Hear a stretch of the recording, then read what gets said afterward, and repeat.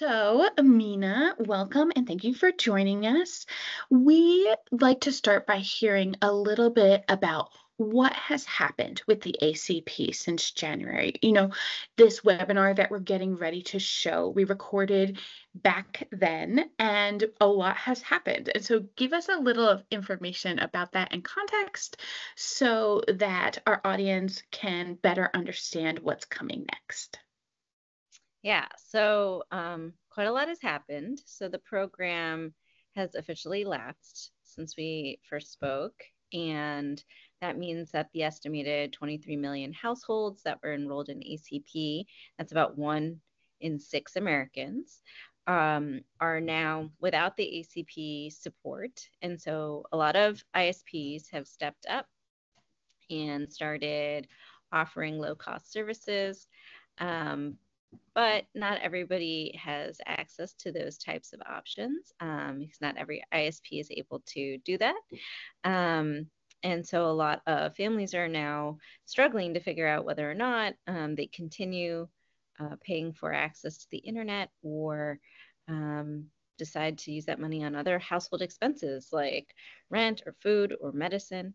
And according to our research, there are 16 million students in the persistent digital divide. And, the loss of ACP is real because these are kids who are going to need access to the internet throughout their entire K-12 career. And it's really critical to have a support that's consistent.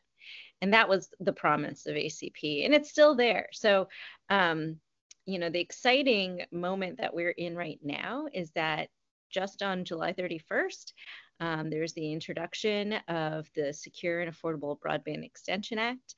That's a companion bill in the House to a bill in the Senate that was introduced by Senator Lujan.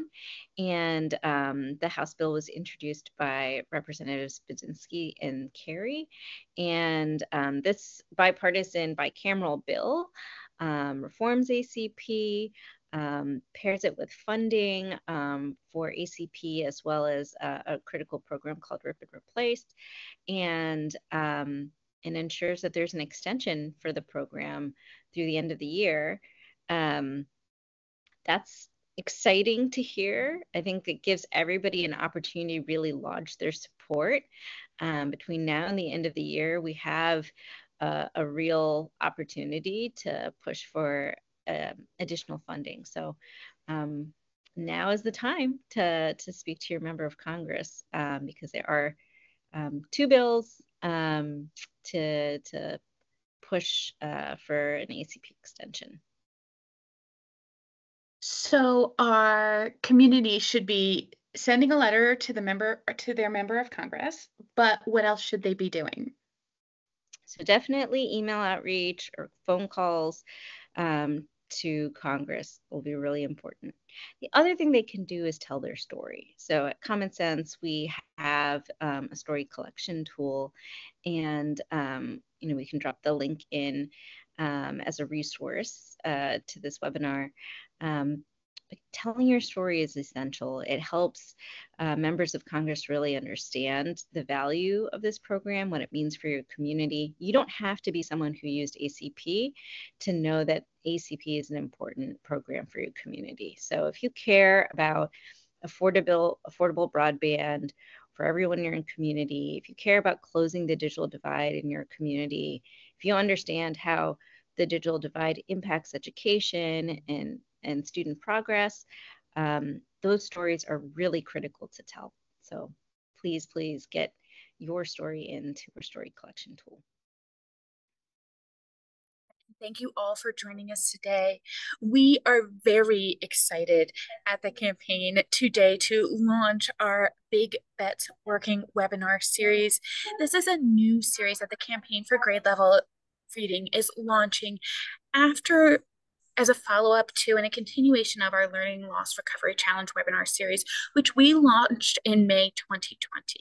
Since then, we've hosted more than 140 webinars in this series using the GLR Learning Tuesdays platform so that you all are receiving data and information as well as methods to respond to the local, state, and national news around stopping and slowing and reversing learning loss. In 2021, we identified this group of big bet worthy programs and strategies. And this year, we're going to spend some time reviewing them. And so, as we look at national data around where we're seeing success, where we're seeing equitable learning recovery occurring, we're going to talk about how these big bets are working and lift up and celebrate these approaches, as well as what still needs to happen in these areas so that we can have a future where all of our students, all of our young people, families, and communities have opportunities to grow and learn. So, welcome to each and every one of you. Today, our session, Connecting Communities, National and Local Partners, Connecting Families to the Web. I would like to introduce our moderator for today, who is Irene Chen. She is the Director of District Partnerships at Khan Academy and will be working and works to support districts in enhancing student digital learning in schools. And so welcome, Irene, and thank you for being here today. Oh, thank you. It is such a pleasure. And thank you again to the Campaign for Grade Level Reading for, again, keeping our attention focused on these kind of really important initiatives for us as a nation and in our local communities. Okay, we have a wonderful panel prepared for you. Let me first introduce the panelists and then we will dive in. Today, we welcome Michael Calabrese. Michael is the director of the Wireless Future Project at New America. Then the New America is focused on developing and advocating for policies that promote universal and affordable connectivity. Next up, we will be welcoming Amina Fazula. Amina is the head of technology policy at Common Sense, and she works on expanding access to technology and digital equity. We are also welcoming Andrew Spector. Andrew is a fellow with the Patterson Foundation and comes to the foundation with deep experience in youth leadership and development. And today we also have Adeyinka Ogunlagan. She is Vice President of Government Affairs and Policy at the Education Superhighway. Adeyinka's work focuses on bringing together champions so that we can close the broadband affordability gap. Okay, so today we've organized ourselves to kind of present in kind of like three different sections and to have a conversation in three different sections. First, number one, why are we here? Talking about the importance and kind of like the end outcomes we want to achieve with connectivity. Section two, we're going to give it to you straight, talking about how are we doing? What is like the good news to celebrate and what are kind of the challenges that remain ahead of us. And then our third section, we will be talking about the challenges and solutions going forward, as well as kind of actions we can all take. All right. Well, Amina, come on camera. We're going to get it kicked off in terms of why we are here. When COVID hit our nation and the globe, right, hit the globe back in 2020, there was a need for connectivity in our homes in a way we had never experienced before. Can you tell us a little bit about like the national policy that and our funding response to that crisis? Yeah. So thank you for having me on. I'm really excited to be in front of the grade level reading community again. In the early days of the pandemic, I think, one of the questions those of us have been working on digital divide issues impacting families, one thing that we heard very early on was, how do we keep learning going during the pandemic? And for anybody who'd been working on the digital divide prior to the pandemic, we knew that this was a problem. We knew that being able to be nimble and keep learning going in terms of crisis was going to be a heavy lift, in part because of the lack of reliable connectivity within the homes of students all throughout the country. And so at Common Sense in 2019, before the pandemic, we had done a report where we had noticed sort of this upstream distortion that the digital divide was causing on education, meaning that when teachers understood that their students would lack connectivity at home in order to do an assignment or to be able to seek out additional enrichment, they would avoid using technology within the classroom or requiring the use of technology or assignments that might require the use of technology to be able to succeed. And this is in part driven by equity. Teachers understood that it would be unfair for students to have that, for students within their classroom to experience that disparity. And so even though schools were getting connected and teachers were being trained and ed tech was being deployed, it was hard for us to see that use translate all the way through because there's this natural stopping point at home. If the devices turned into bricks when they went home, then teachers would think twice about the usefulness of a device or the usefulness of technology. And that was made blisteringly clear during the pandemic when we were trying to step up remote learning. And we found that, percentages, 10%, 20%, 30% of the school would have limited access to the internet, and it would prevent their ability to effectively use remote learning tools.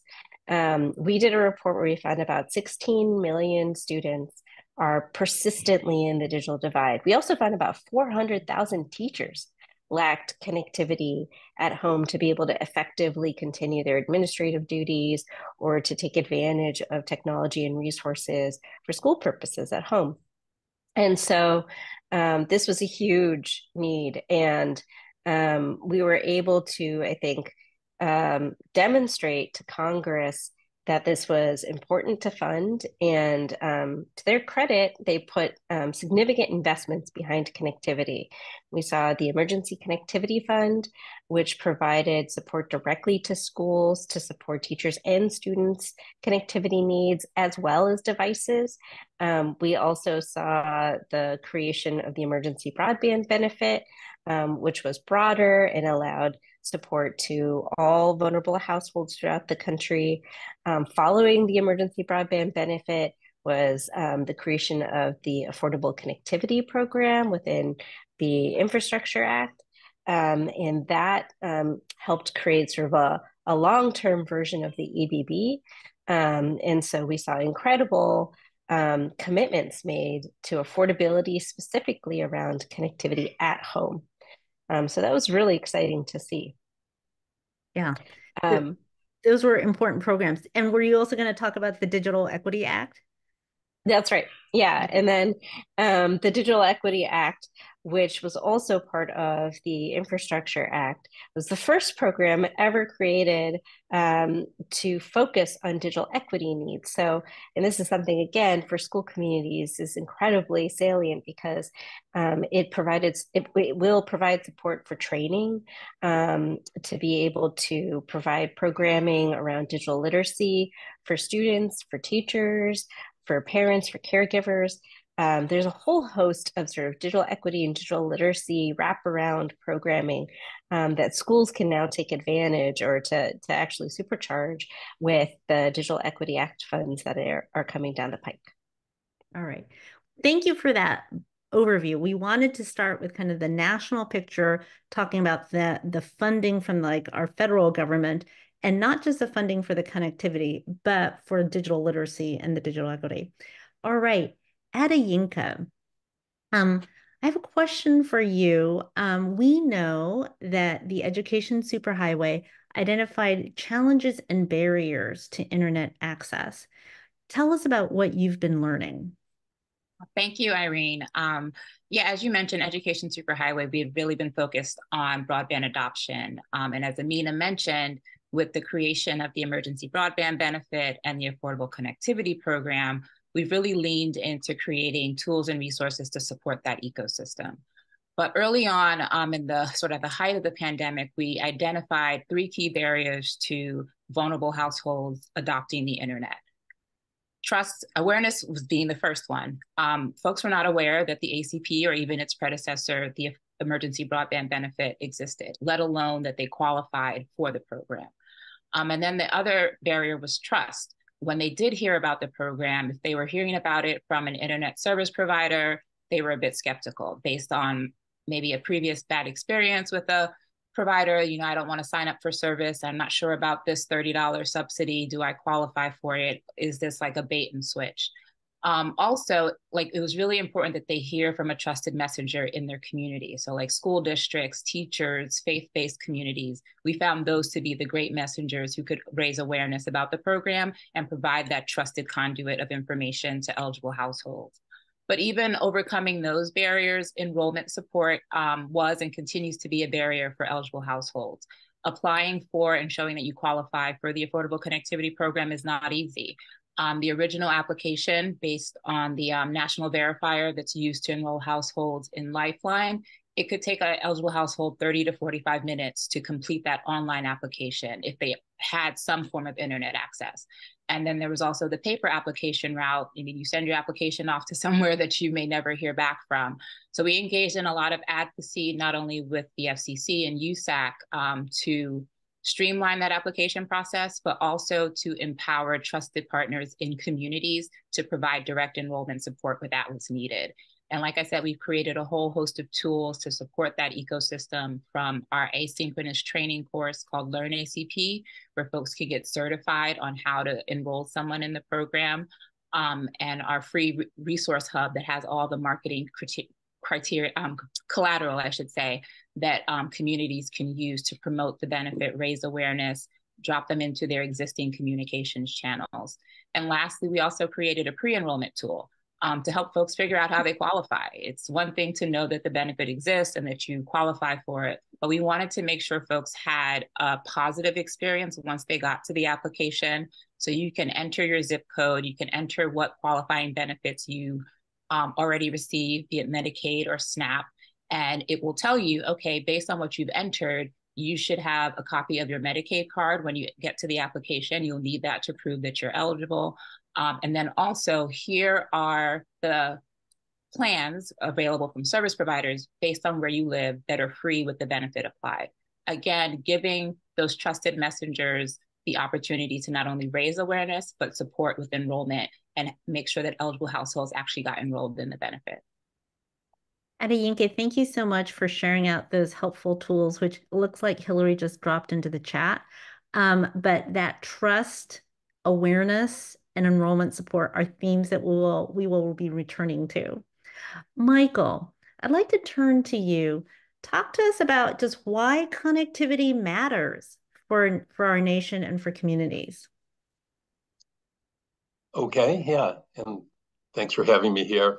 I suppose now, having heard about these terrific, pandemic relief programs that got so many more millions connected, 22 million by the Affordable Connectivity Program alone, households.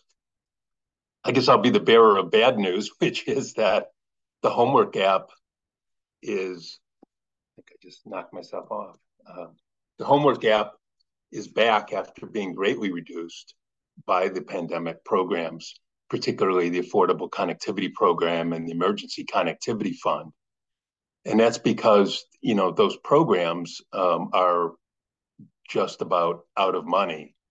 There's not even a discussion of renewing or extending the Emergency Connectivity Fund for schools.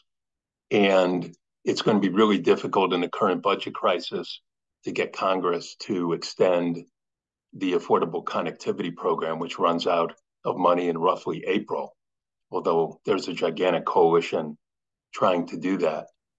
So if the homework app comes back to anywhere close to where, Amina described it was before the pandemic, more than 10 million K-12 students without internet access at home, this really impacts those students and really all students, because as Amina mentioned, the teachers will hold back on using technology in the classroom or perhaps assigning homework on the internet for equity reasons.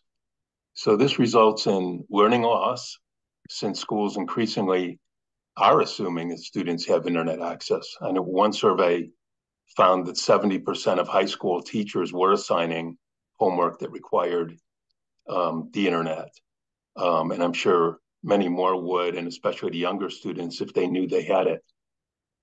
Even before the pandemic, 1 in 5 teens often could not complete their homework outside of school. And that was 1 in 4 among Blacks and Hispanics.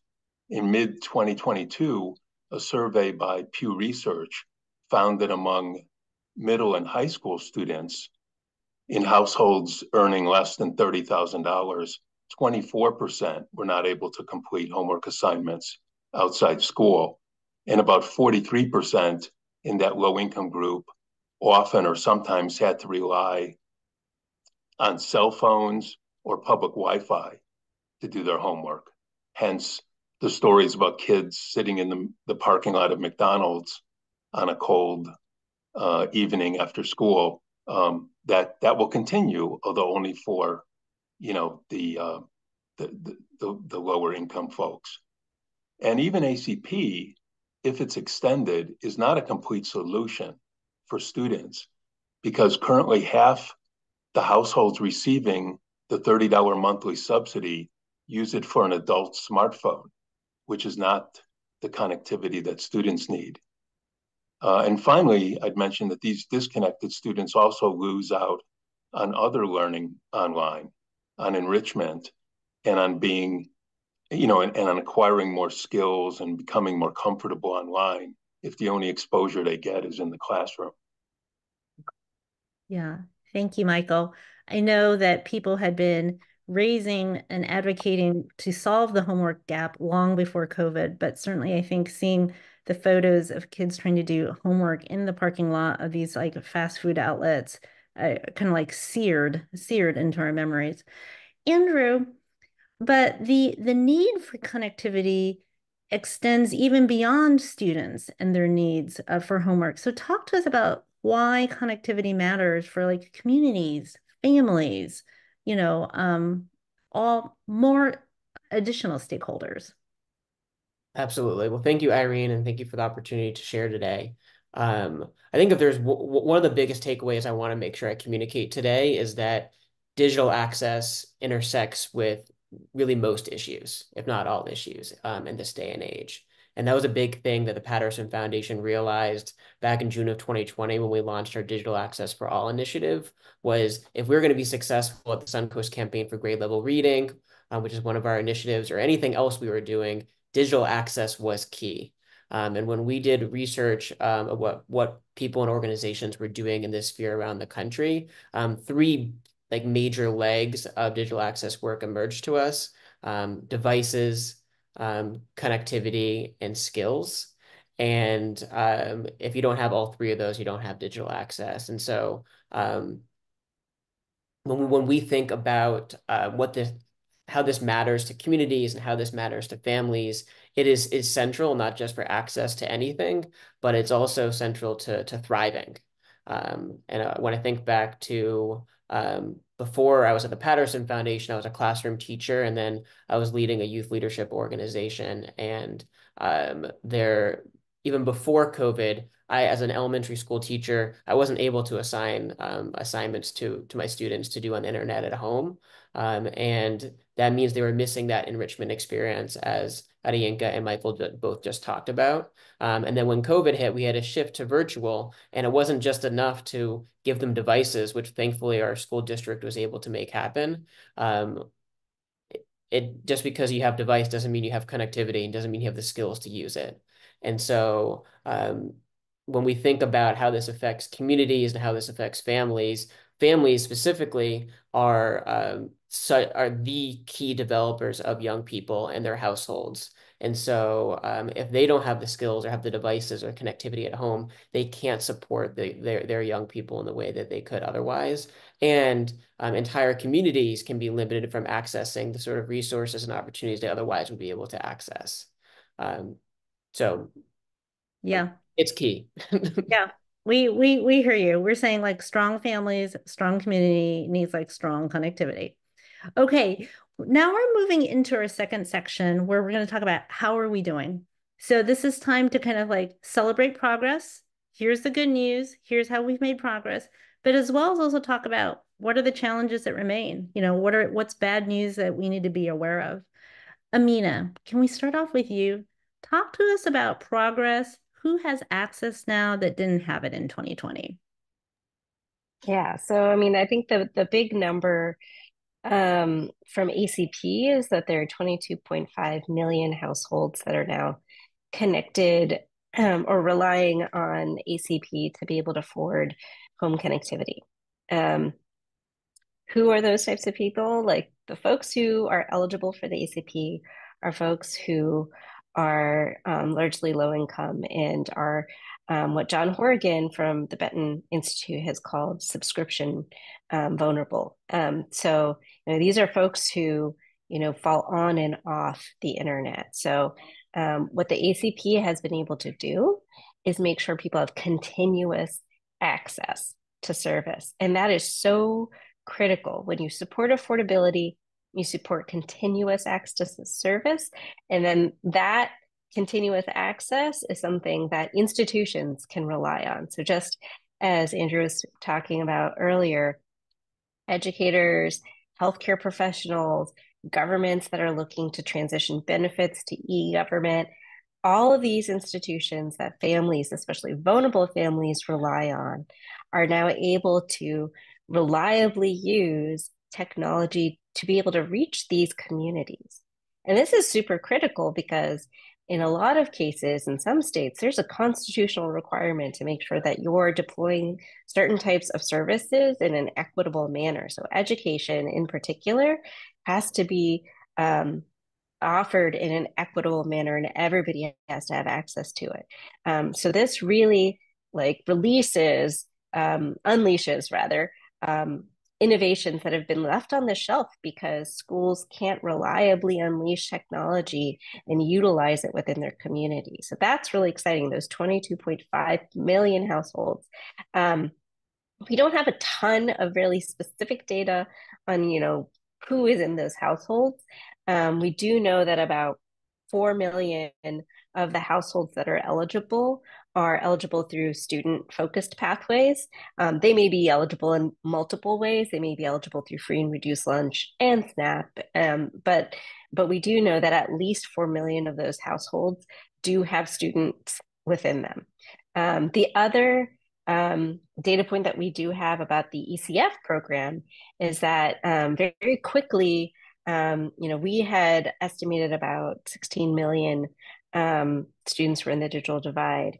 And within the first few tranches of ECF funding, we saw that about 12 million students were estimated to be connected. So that number, that 16 million students that are persistently in the digital divide, that's largely an accurate number. And so that's really useful information, one, that we're effectively reaching them and that there is that need out there. And we developed a program that meets that need.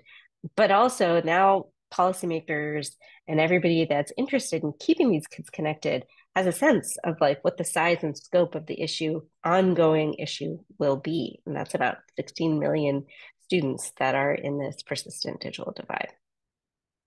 Yeah, thank you. I mean, I think what you're also reminding us is it's a large population. Good news, we reached them. We got them the funding up until now. I think, Michael, you're reminding us that this funding is drying up. Is that right? Yes. Yeah. Okay. So take that good news kind of backwards looking with a grain of salt. Now we're gonna need to keep up the funding. Michael, talk to us about what school districts and communities are doing to close the homework gap. Yeah, some of the good news is that there's been really innovative efforts that even go beyond these programs. And so I think, they really fill some very specific gaps. And so we should be encouraging them and finding ways. So the one I've focused a lot on, and which is now an issue in front of the Federal Communications Commission, is that a growing number of districts are connecting low-income and rural students directly to school networks at home. So districts in rural, exurban, and urban areas, typically targeting low-income, neighborhoods, have used funding from the CARES Act and other COVID relief, from tech bonds, grants, and partnerships with their local governments to leverage wireless technology to extend the reach of their school networks to the students at home. So we profiled a dozen of these districts that are using a variety of models. It was something we did with the Schools Health Library Broadband Coalition, and we may get a link in the chat. There were case studies. This was like about 16 months ago, case studies and an economic analysis showing why it was so cost effective over a longer period. In other words, it was more cost effective for the homework app than it was for the pandemic shutdown, which was short lived.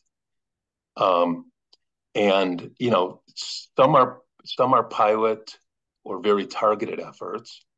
Some are at scale, covering entire neighborhoods, and some close the homework gap completely or almost completely.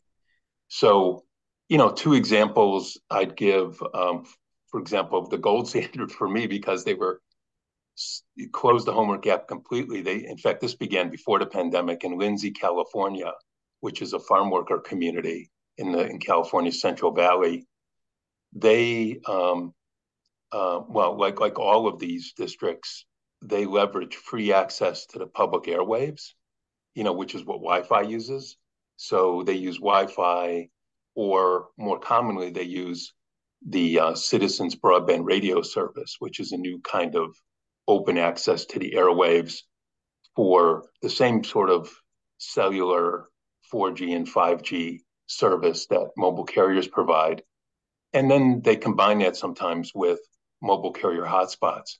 So in Lindsay, they actually used a combination of these technologies, Wi-Fi, CBRS, and some other licenses that were given to schools many years ago. Not many districts have this, but they were able to connect, even though they're 90% free and reduced and have a huge ESL population, they connected, every household to the school's network, and they pay the operating costs by going all digital. So they have no more paper, no textbooks, worksheets, everything's digital. Another success story like that is Council Bluffs, Iowa, which has covered they went neighborhood by neighborhood over the past 6 years, and now they've covered the entire school district. And they use Wi-Fi because their town, really supported this and gave them access to the streetlights, and they put Wi-Fi hotspots or Wi-Fi access points on the streetlights at every intersection, and it covers the district completely. In fact, they're covering a neighboring district outside of Council Bluffs now. A similar thing in the east side of San Jose, California. And then Fresno has a huge program where they're connecting 20,000 low-income households using the Citizens Broadband Radio Service, because their municipality would not give them access to the streetlights. So instead, they use what's called schools as towers. They turn their schools they put antennas up on the roof of all of their middle and high schools, which are more than one story. And they beam, internet access out to the surrounding low-income communities. And they're going into an expansive phase 2 of that now, because it's been so successful. So it's good to know that most of these contract with companies that install networks. So it's not like teachers and administrators are up on the roof or figuring out how to do this. So they typically contract with companies to install the networks. Some partner with local wireless internet service providers. And the economic study we did found that they can be, over a period of more than 3 years, they can be more cost effective than buying mobile hotspot subscriptions from mobile carriers like T-Mobile or Verizon. you asked for kind of good news and bad news. The bad news is that, as I said before, the Emergency Connectivity Fund, the CARES Act, and other pandemic funding that supported much of this has largely dried up. So it's likely as the homework gap comes back that we won't see a continued flourishing of these efforts.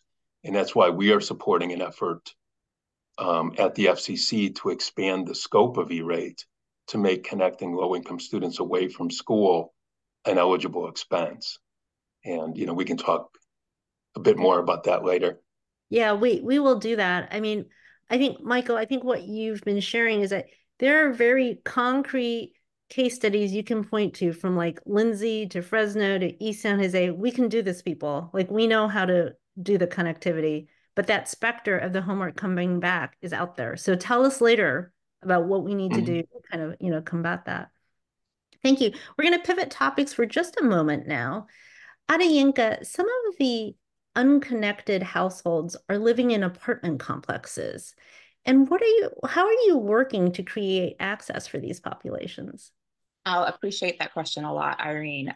As I mentioned, we're focused on broadband adoption, but we know that 20 to 25% of unconnected households, like you said, they live in apartment buildings. And so when you're talking about innovative solutions, especially like the case studies that Michael referenced, we developed a program that we call Apartment Wi-Fi. If I travel, I check into a hotel, I have the expectation that I'll be able to connect my phone, pull out my laptop, hop on the hotel's Wi-Fi network.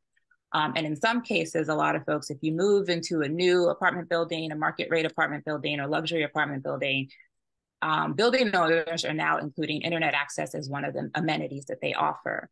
So we've developed a program focused on affordable housing, and we were successful in getting this included in the Infrastructure Act as a permissible use of funds to deploy Wi-Fi networks in low income and public housing, create that same instant-on connectivity experience for some of our most vulnerable populations.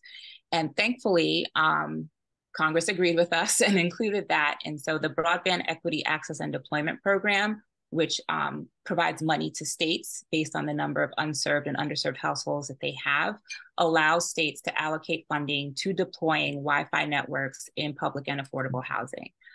States are in the process now of finalizing their initial proposals on how they'll spend those funds, identifying the apartment buildings that will qualify.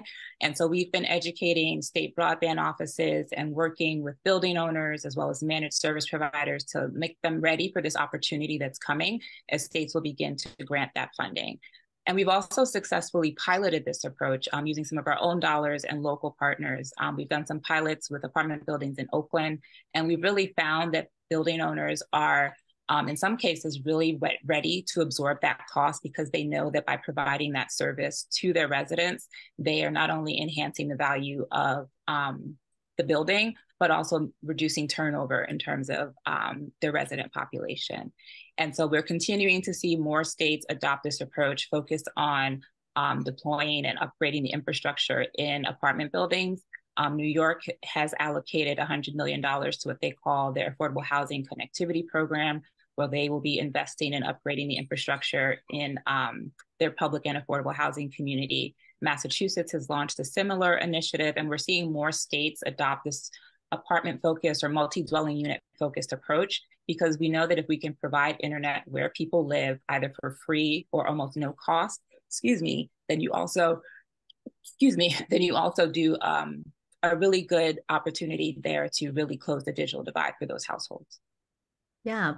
And thank you. This is something I just learned something new. This is not something I had thought about before, but it's making me want to talk to my local officials when I think about the affordable housing that's being built, in my community. Is it coming with the internet? That is so smart. I absolutely expect that connectivity when I walk into either public buildings or into a hotel. Andrew, Maria, I wanted to pivot to you because I know that the Patterson Foundation has been doing a scan of philanthropic giving nationally. And so talk to me about what you've been learning about philanthropic funding and the connection there between philanthropic giving and connectivity. Yeah, absolutely. Well, in June of 2020, when we launched our Digital Access for All initiative, it was, again, in response to us recognizing that if we wanted to accomplish any of our initiatives, we needed to think critically about digital access in the Suncoast region. And when we start anything, we do a lot of listening to figure out who or what is already doing this work locally, but also around the country, and see if there are some promising practices we can bring to our area. One of the first things that came to us is that a very, very small percentage of philanthropic dollars are actually invested in digital access work. I think the most recent research shows that I think between 2010 and 2019, less than 0.5% of philanthropic dollars were invested in digital access, which to me is pretty shocking because of the way that it intersects so deeply with key issues like education and healthcare that are deeply invested in by funders. But we did find, even with that 0.5% of funding, that there is some really great work going on around the country when it comes to funders, and there's lots of ways that funders can participate in digital access work. So just a few of those. So we've done 2 national philanthropy scans so far. The first one was really just to get a sense of what the field is doing and who's a part of it. But there's a lot of ways that funders can get involved. Some of those ways are funders can be conveners. We can help build coalitions. We can help build capacity and fund devices. We can do digital navigation, which I'm happy to share a little bit more about later. We can do advocacy and policy, innovation and technology. We can help fund connectivity.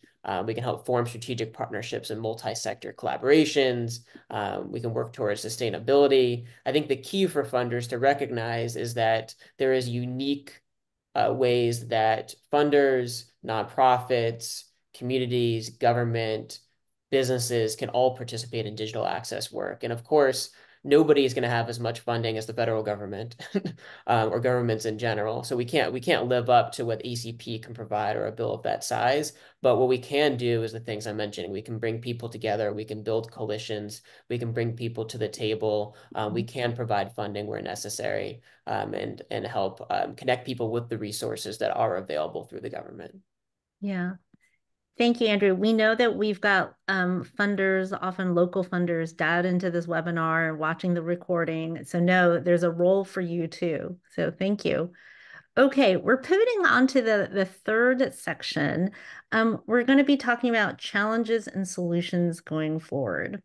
So Adeyinka, Andrew was just talking about the national scan he did in philanthropic giving, but clearly the government funding is just a significant role. So what do you think has to be addressed to ensure that that funding is well allotted and spent? Oh, great question. I would say first and foremost, as Michael and Amina have already pointed out, the pandemic funding that was allocated is due to run out, especially the Affordable Connectivity Program that is now helping 22.5 million households stay online. It's projected that that funding will run out in April. And advocates like us have really been engaged, honestly, since last spring to make sure that Congress not only allocates additional funding to sustain the program, but then provides a permanent mechanism for that program to continue to exist. While the pandemic highlighted the digital divide, it was not new, and it has not gone away as we have returned to quote unquote normal life. Digital learning is still very much with us, as well as, webinars like this. So making sure that connectivity remains affordable and available to households is a critical part of our work going forward, and making sure that the ACP, or the Affordable Connectivity Program, stays around. We are actively engaged with Congress right now and encouraging our partners to contact their members. The FCC, the Federal Communications Commission, actually sent a letter to Congress just yesterday saying we are in that window where they need to start issuing guidance on how to wind down the program because funding is expected to run out in the spring. So I would say that that's the key challenge going forward, is making sure that that program specifically stays around. In terms of how the additional federal dollars are allocated, as I mentioned, the Broadband Equity Access and Deployment Program, that money is going directly to states to make sure that they achieve universal service within their state. Any unserved location, underserved location, or community anchor institution, like a school, like a library, we want to make sure that they are all connected and using the federal dollars that are made available. I would encourage folks to engage with their state broadband offices. They are required to solicit public comment as they're putting these plans together to get approval from the federal government. It's important that we make sure that properties are properly identified as unserved or underserved. We've seen many instances where the what it's called the National Broadband Map that the FCC has put together will say that 123 Main Street is served. And we do some research on our end and we see that 123 Main Street is not actually served by the providers that say that they have service in that area. And that's part of the cost calculation that states are doing in terms of where they figure out how to allocate money. So I would say engage with your state broadband office, make sure that you are aware of the plan that they are putting together. Even check how your household is labeled on the national map. A few of my colleagues went down that rabbit hole and found out some interesting information as well. So Education Superhighway is really invested in that state work. We are, again, doing lots of outreach and education and partnering with state broadband offices because our goal is to make sure that no home is left offline. That's especially households that live in multi-dwelling units. We know that providers will go after the single family homes and other institutions, but households in multi-dwelling units specifically have been left behind. And we want to make sure that that does not happen with all of this federal resources that are flowing to states. Adeyinka, thank you for that. Like, we have state broadband offices. Go check out that map. And later on, we'll be talking about myths to bust. And so I think one of the myths you're already busting is that we have issues in rural areas we need to address. Absolutely, yes. But there are issues in multi-unit dwellings too, right? Let's not leave them behind. Michael, it is the year 2024. I have a feeling we've been advocating for strong connectivity for a long time. Why isn't this an easier problem to solve? Yeah, it's really a tough problem, and a lot of it. I think the number one answer you get in surveys among low-income people, at least, is affordability. And when people, more and more, it's affordability, not access. In fact, somebody mentioned earlier the BEAD program, the Broadband Equity Development Program. That that's a lot of money, $45 billion, which is being given out to states this year to make sure that every household has access to high capacity broadband, but just having access isn't adoption. And that requires, the other two things, affordability and skills, digital literacy. So we certainly endorse everything that Adeyinka, mentioned, but New America is part of a large national coalition with Common Sense and others pushing for an extension of the Affordable Connectivity Program in particular, because with 22.5 million households, that is a huge number at risk. But I think we also need, considering that the Emergency Connectivity Fund is not being renewed, and the role that universal service plays in the ecosystem, I think that we really need to expand E-rate and give schools and libraries the flexibility to combine approaches that are best suited to their needs, to their local situation. And there are two new FCC expansions of E-rate that are promising but need to be taken quite a bit further. The first, and I think links were put up for each of these a bit earlier. The first of these is that in October, the FCC adopted a declaratory order that set the precedent that E-rate could support connections off school property by deciding that school bus Wi-Fi is E-rate eligible. So I'm sure everybody knows about that, where school districts have outfitted buses, particularly for students on long commutes, with Wi-Fi on board so that students could do homework and then park the buses. The best programs park the buses strategically after school hours and over weekends in low-income areas where the schools could congregate, perhaps for some more convenient than the McDonald's. And the second, so that's a really minor program, but it's an important precedent because up until now, the understanding of E-rate had been that no money could be spent on connections to students or faculty off school property. So initially, E-rate was just the connectivity to school, single connectivity. Now fiber, more than 95% of schools, I think, have a fiber connection now. And then E-rate was expanded under Obama to include Wi-Fi so that you didn't have to troop the kids down the hall to the computer lab. There would actually be, ubiquitous internet access throughout the school and even around the school grounds where students might be outside between, sports practice or whatever. And what we're looking for now is a third expansion, a second expansion of E-rate to extend these Wi-Fi connections even further to the students wherever they are, the entire learning journey. So in November, the FCC released a NPRM, a Notice of Proposed Rulemaking, that would make wireless hotspot lending to students without internet at home eligible for E-rate funding.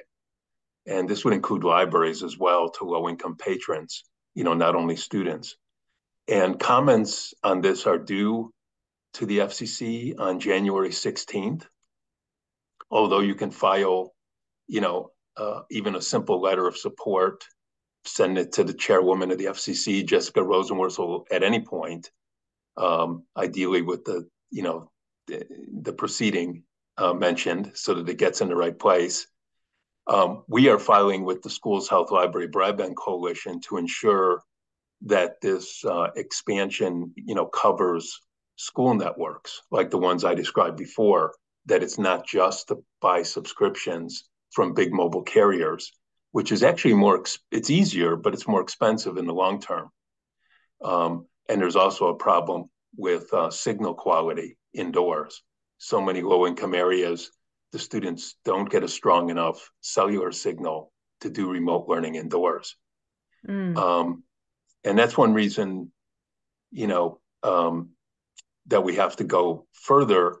Right now, E-rate is about $1 billion per year below its cap, meaning that there is headroom to fund, and we should. On the other hand, we're also going to need universal service reform. That's kind of beyond the scope of this webinar, but just to be aware that the overall funding for universal service needs to be changed so that there's enough money for all these programs. And then finally, I'd mentioned that it's been said we need more focus on adoption. So, for example, we helped to stand up a coalition with Common Sense and others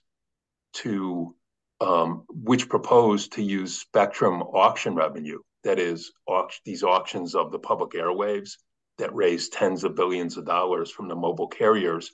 We wanted to earmark a portion of that, up to $10 billion, to endow a digital equity foundation that would specifically support digital navigator programs and other adoption efforts, including through schools and libraries. And legislation has been introduced, but that whole auction issue is kind of at a standstill, like the budget itself in Congress. But that said, the universal solutions are always better, things like ACP, in part also because the lack of connection to parents is a problem not likely to be solved by E-rate, because even if we do all the things we're proposing, it'll connect the student's Chromebook to the school network, but that typically won't, encourage, the family or enable the family to be more in touch with the school's portal or with the teachers and so on, which is why some of those districts we profiled allow the parents to use the connection as well, supposedly just to talk to the school, but I think they probably use it somewhat more broadly, although it is filtered, of course, just like the school's network is in school. So anyway, that's some of the solutions that we're advocating. Thank you, Michael. I mean, I'm hearing you again kind of paint a framework where, yes, it's affordability, accessibility, and also kind of like the skills and the literacy needed to kind of like really close the gap. While we're on the topic of schools, Amina, I think you have a story here about like how schools in Phoenix supported connectivity and tell us about that because it'd be great to hear how like schools are staying engaged and Yeah. the role of community partners too.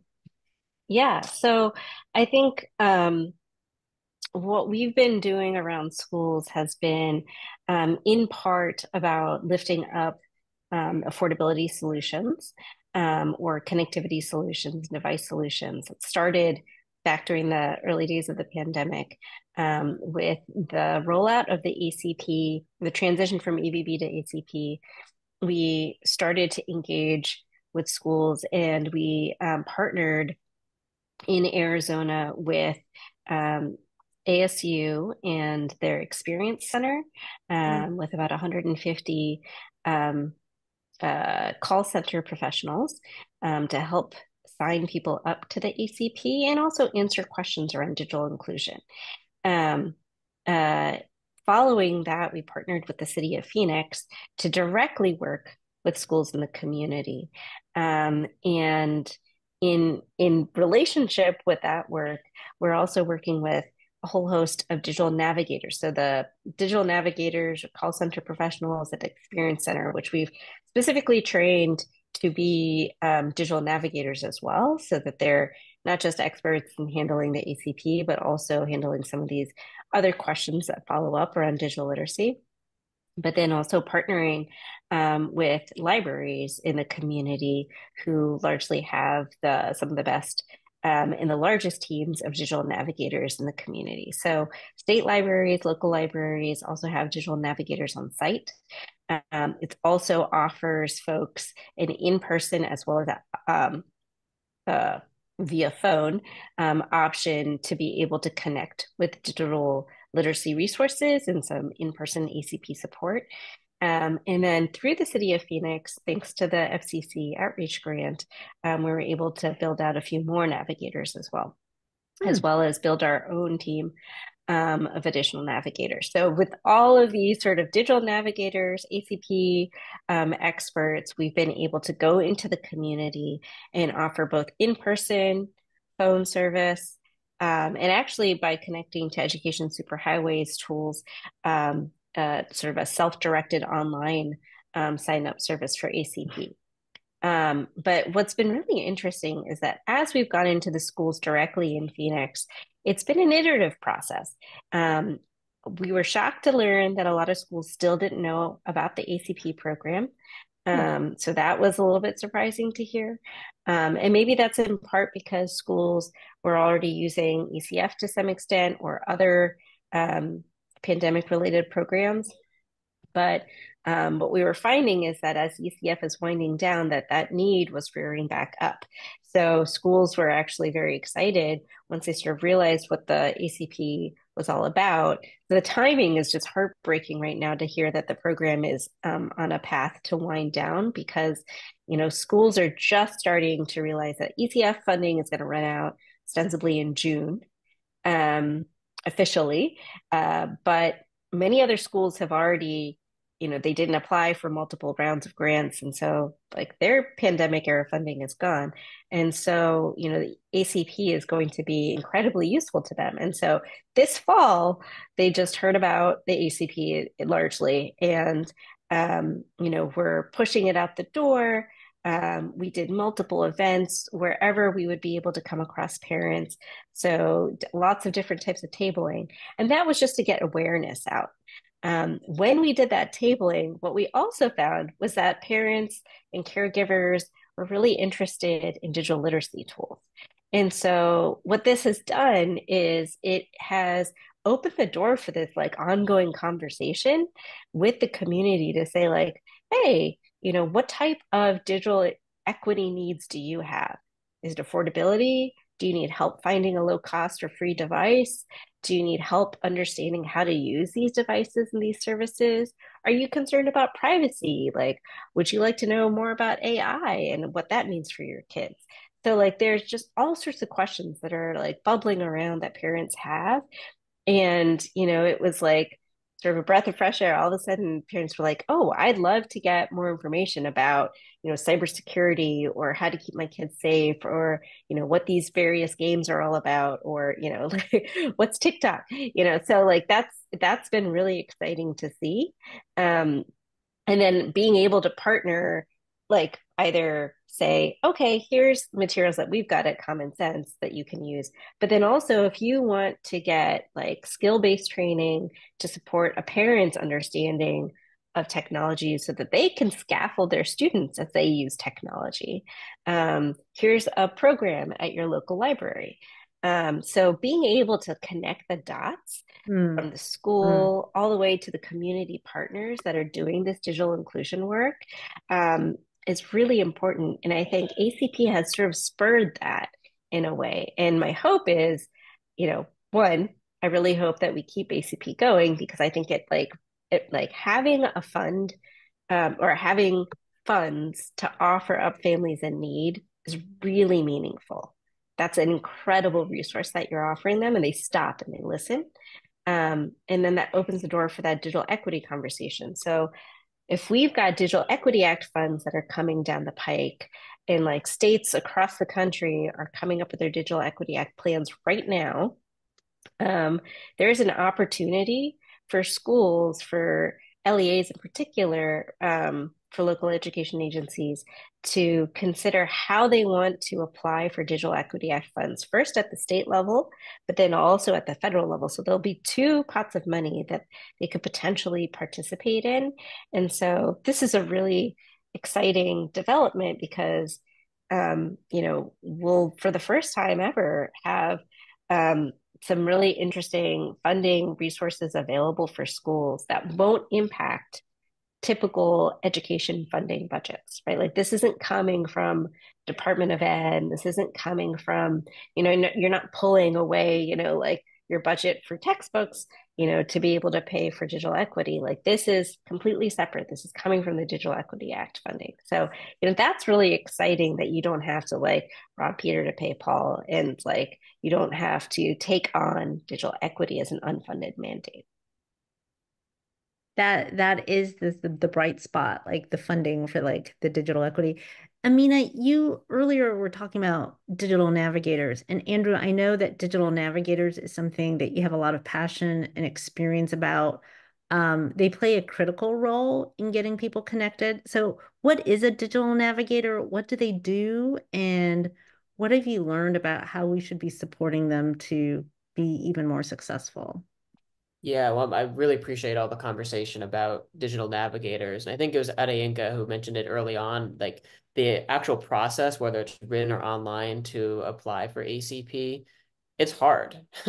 It's a challenging process. It's not easy. And when first it was the the EBB came out, and then it became ACP, there was no curriculum to teach people like how to do it, or teach people to teach people how to do it. And so we developed the Digital Navigator curriculum at the Patterson Foundation and launched a Digital Navigator training program, where we do train people at nonprofits to support people in applying for whether it's device or broadband support when it comes to connectivity. So it's as simple as that. It's helping people navigate the process to increase their digital access. And it's important because it's hard to do. And it's not just hard to do as like any person, but also it's key to meet people where they're at. And that's why it wasn't enough for us to just have like a team of digital navigators at the Patterson Foundation. It was important that we were building capacity in organizations in our community so that they can do it. Just like a couple quick examples is that we trained 5 volunteers at a multicultural health institute who primarily deal with minority families in a health setting.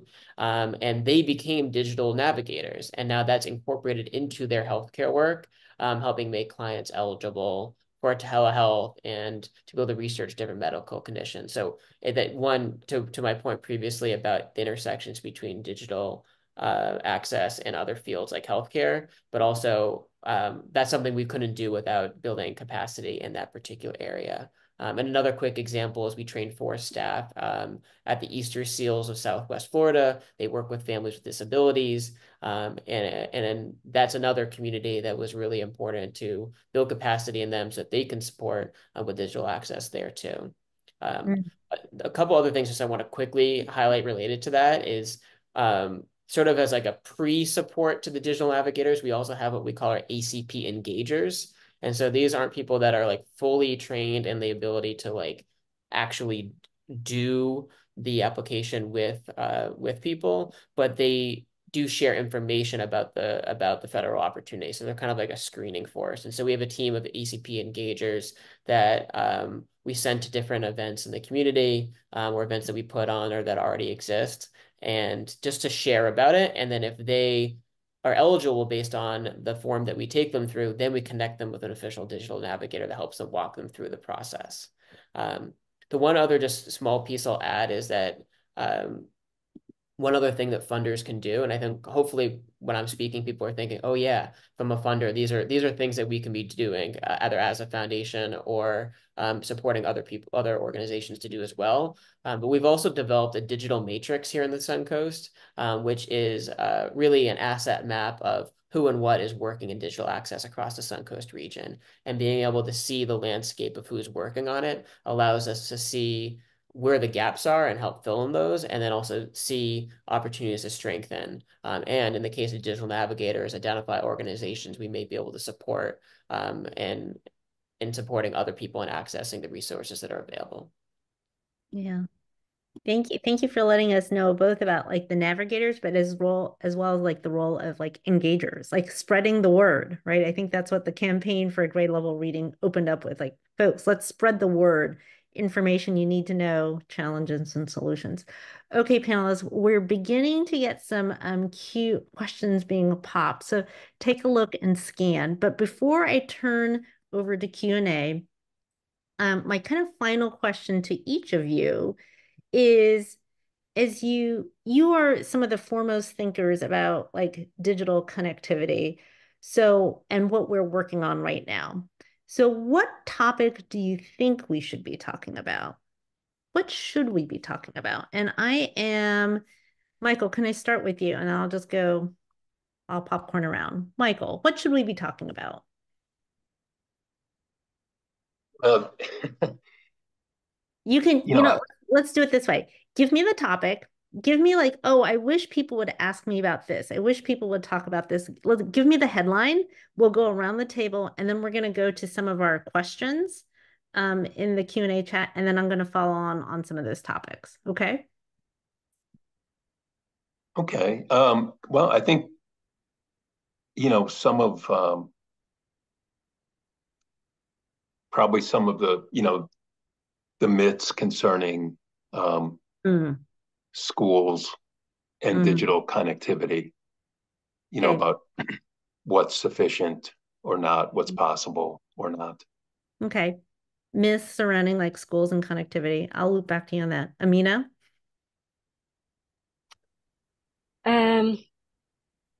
I think that it'd be great if people understood, the details around, when we can consider someone connected. So, like, I think it's like one thing that I noticed after the ECF passed and was out the door, people are like, okay, so can you do a new report about how many people are now unconnected? How many students are now unconnected? And I was like, the same students, right? Like, like they're largely in the digital divide because of poverty. And so until we alleviate poverty, like you're always going to have somebody who's going to fall on and off of all sorts of essential services, connectivity be one of them, right? And so, so there's cost, certainly, but I think cost is also very closely aligned with quality of service. And so one mistake that people make is like, if you're connected at all, you're connected. And that's just not true. And that's especially important in the context of education, because in the context of education, you've got an institution who's trying to roll out the use of certain tools, a tech, or, want to be able to sort of like make an assumption about how their students have access to what type of resources, the ease of accessing those resources, the reliability of accessing those resources, the experience that they have when they're engaging with those resources. These are all assumptions they make.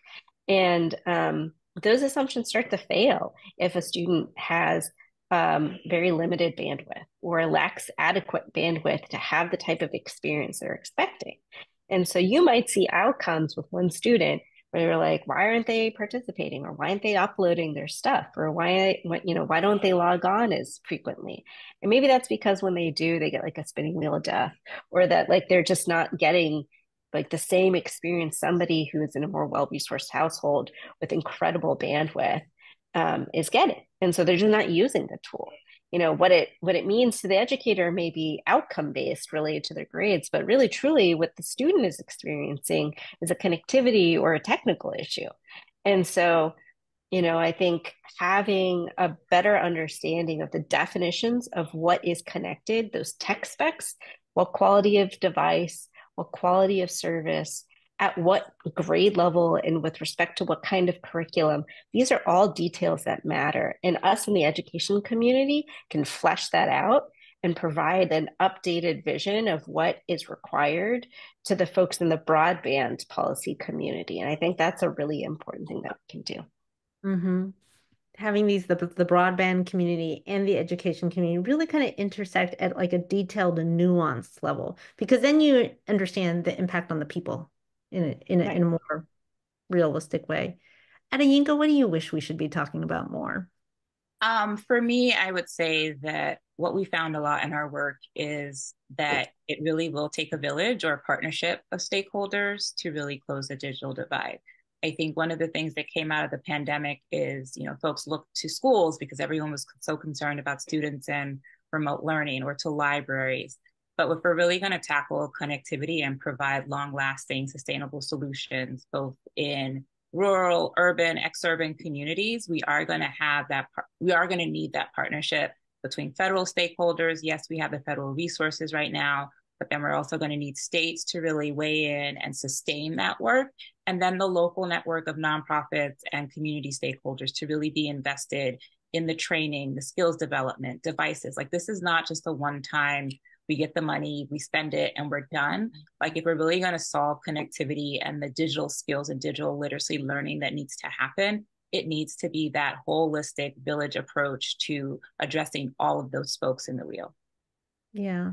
Thank you. And I think this is why Campaign for Grade Level Reading pulled us together, because we've got a lot of like village elders and village leaders here kind of on the call. Andrew, what do you think we should be talking more about with respect to digital connectivity? Yeah, well, I first just want to emphasize Adeyinka's point about multi-sector and multi-organization collaboration. Mm-hmm. That has been one of the biggest themes that's come out of our national philanthropy scam, both phase 1, phase 2, and the workshops that we've run with funders from around the country. Is when you're thinking about doing this work in your community, be thinking about it from a multi-sector and multi-organization approach, because each sector and each organization has a unique value that they can bring to the work. And it's such a big and multifaceted issue that it requires all those different types of resources coming together. I think the one thing I'll add, and this is an area that we're kind of the next frontier for us, is we're struggling in the skills department. We feel like there's some movement around devices and broadband, but particularly in our region, we were really looking to identify organizations that are doing the skills work. And so I think that's something we need to talk about more, because as we've mentioned multiple times on this call, it's not enough to just have a device or just have broadband. And to Amina's point, there's also a quality of device and a quality of broadband. But then there's, when you have all that, how do you effectively engage with it? And engage with it to the point where it's not just accessing the opportunities, but like really thriving. When I think about the future of what workforce is going to look like when it comes to programming and AI and so on and so forth, it's not enough just to be able to access internet. It's another thing to be able to engage with it at a really high level. Yeah, as a matter of fact, some of the questions in the chat are kind of about those skills that you're referencing, Andrew. Okay, turning over, and folks, please kind of feel free to continue to, just like put questions into the chat. Michael, I'm going to start with you because there's one about E-rate here. Andrew Emmerich is asking, is there an update on the E-rate program allowing funds to be used for cybersecurity in schools? I don't know if that's a level of detail too detailed, but no, we don't have to go into detail. I mean, there is, but I mean, it's very early and incremental on that. Many of the school groups have been advocating because that's a growing expense as these cybersecurity has become more and more threatening. And so what the chairwoman of the FCC is proposing a pilot program to fund cybersecurity. And I think it's partly because it's just a pilot, and I believe they just finished receiving comments on that proposed rulemaking to allow that. So it's still, the exact shape of it is still an open question. So if you want to get engaged in that, you should go to the FCC's website and find that proposal and docket. And groups like Schools Health Library Broadband Coalition and others have filed comments urging this on a larger scale. But one reason I think that this is not being done in a larger way at this point is because there's a kind of an implication, which I agree with actually, that the connectivity program is the connectivity problem is more urgent. In other words, the homework app should be closed with the resources that are available before, perhaps ahead of something like cybersecurity, as potentially damaging as that is. And so E-rate really has limited funds. And so, I have a sense that the FCC is trying to get its connectivity priorities finished before moving on to cybersecurity, but they are doing this pilot in order to set that up for a future time. Mm-hmm. Thank you for taking that one on. And Adayinka and Andrew, I'm looking at the question from Surinda Sharma here.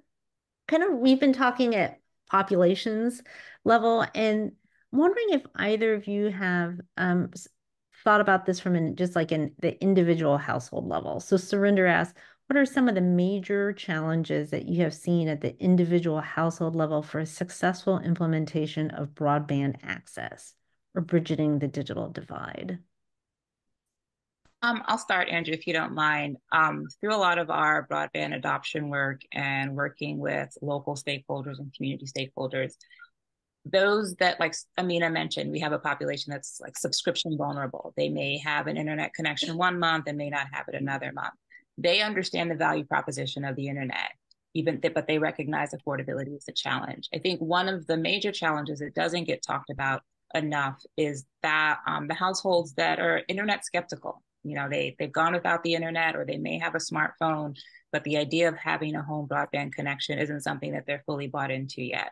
So making sure that households understand the value proposition, what's in it for them, why does it make sense for them? Do they have a student in the household?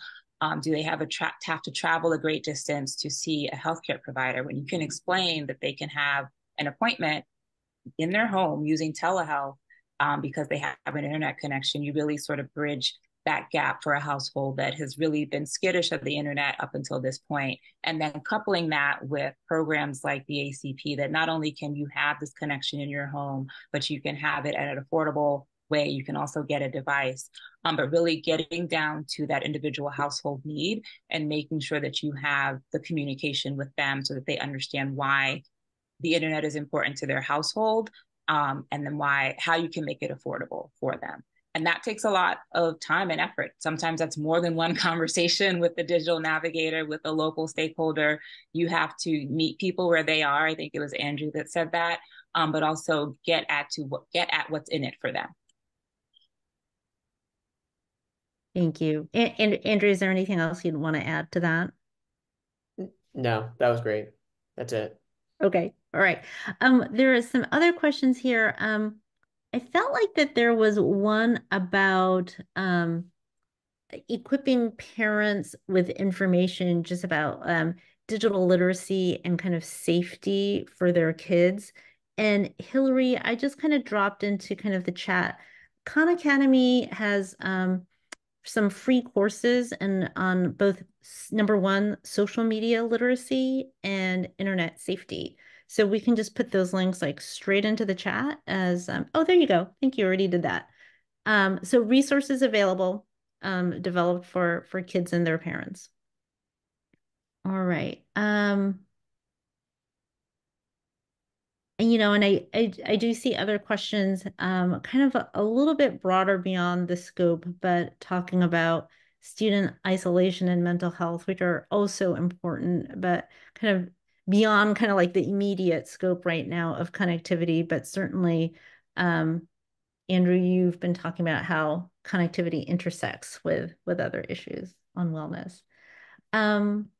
Okay, just seeing if there's any kind of like last calls for questions. If not, we'll begin to kind of go. I think what at this point we'll kind of wrap up. I really just want to, oh, and there is the GLR engagement poll. So that link was just kind of dropped into the chat here.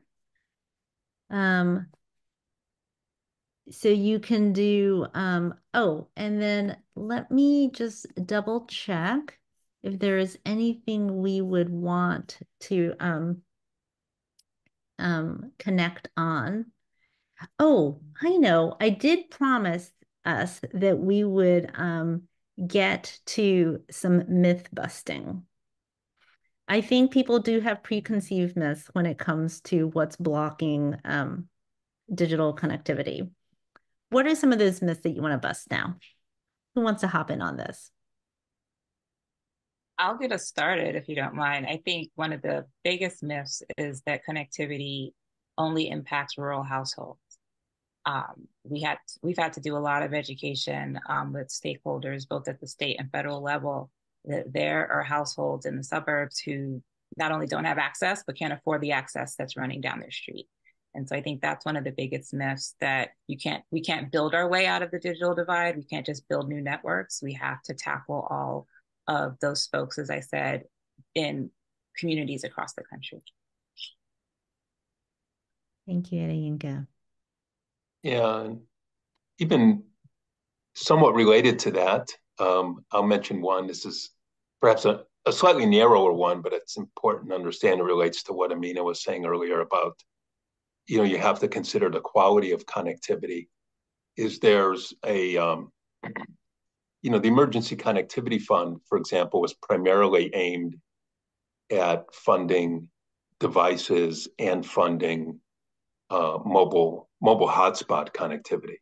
And at the time, I think Congress intended and the commission explained that, well, this is an emergency. And so these things are readily available. You know, we can buy them sort of off the shelf.